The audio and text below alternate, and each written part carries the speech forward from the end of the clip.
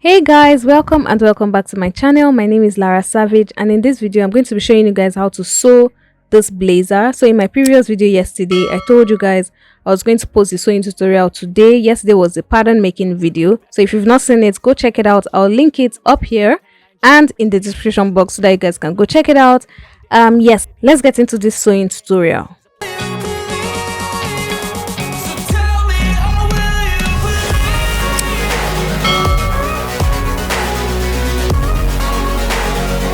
So guys, here I have cut out my pattern pieces. This is what it is. I have cut out 2 pieces of each of the pattern pieces. Basically, I've added the same allowance like I said I was going to add.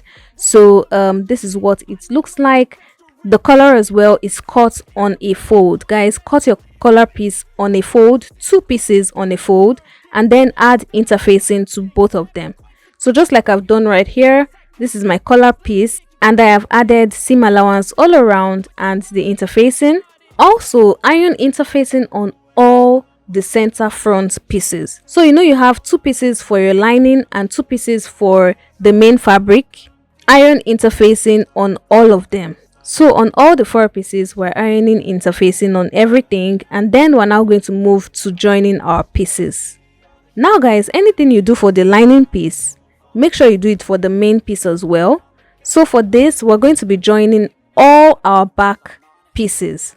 So the side back to the center back, then the 2 center backs, we're joining them together, and then the other side back. So there are 4 pieces. The center back is going to be in the middle, while the side is going to be on the left and on the right. It's mentally, unhealthily, spreading like a rare disease, but I won't let it get to me. I don't need your therapy. I can leave a legacy of leading by intensity. Come on, we can fight this. Freedom is priceless. Spread just like a virus. Living. Now I'm using the lining piece because I want to show you guys something. If you are doing the center back of this lining piece, make sure you create a hole, basically like a 5-inch wide space. So that opening is going to be really handy in the future. So when you're sewing it, make sure you create a point where you're going to turn your fabric from on the center back. So can you guys see what I'm doing here? I'm using my pin to like demarcate where I'm going to start my opening from and where I'm going to end it. So I'm going to go to my machine and sew it down right there. But guys, on the main fabric, which is the Ankara fabric in my case, you are not going to leave any opening at all. It's only on the lining piece you're going to leave an opening. On the main fabric, you're sewing everything down. So you're going to take the side front and the center front as well and sew them together using the dart side. So from the shoulder darts down to the hem. Do it for the lining and the main fabric as well. And once you're done, this is what you're going to get.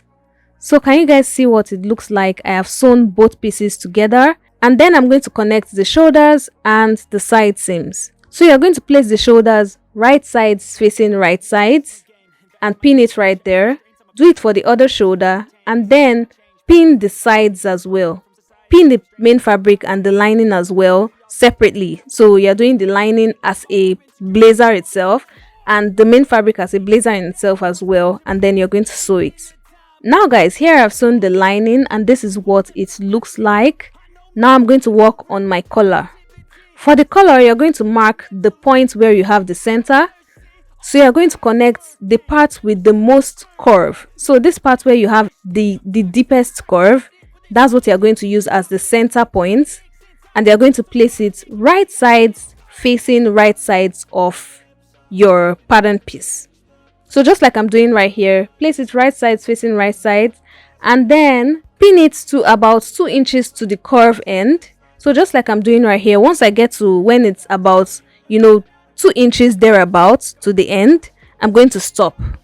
So can you guys see it? I've just measured it. It's even 2.5 inches. So 2.5 inches. I'm going to measure that 2.5 inches on the other side, mark it, and then pin until I get to that point right there.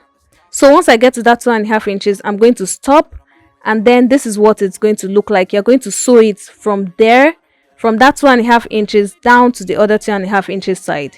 Now guys, make sure you do this for the main piece as well. So your lining and your main fabric, so do it for both of them. And then let's move on to our shoulder pad.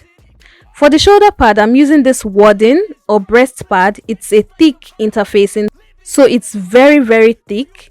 And then I'm going to cut out 5 inches by 3 inches, 2 pieces. So for the 2 shoulders, mark the center of the 5-inch side, so that's 2.5 inches. Once I've marked it, I'm going to use my free hand to use that point to connect a curve. So this is what I'm doing. So I'm going to just create like an arc shape. So just curve it right there. Do it for the second one as well. Use this first one to curve the second one, and then you have your shoulder pad.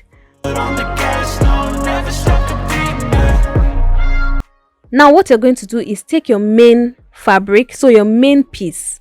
You're not doing it on the lining this time. It's going to be on your main piece. You're now going to pin it about 1/2 inch from the armhole side. So the armhole, you're going to go in by 1/2 inch. That's where you're going to pin it. Can you guys see that? You can see some fabric after the shoulder pad on my own. So you're going to put the straight side on this armhole side, and the curved side will be facing your collar side.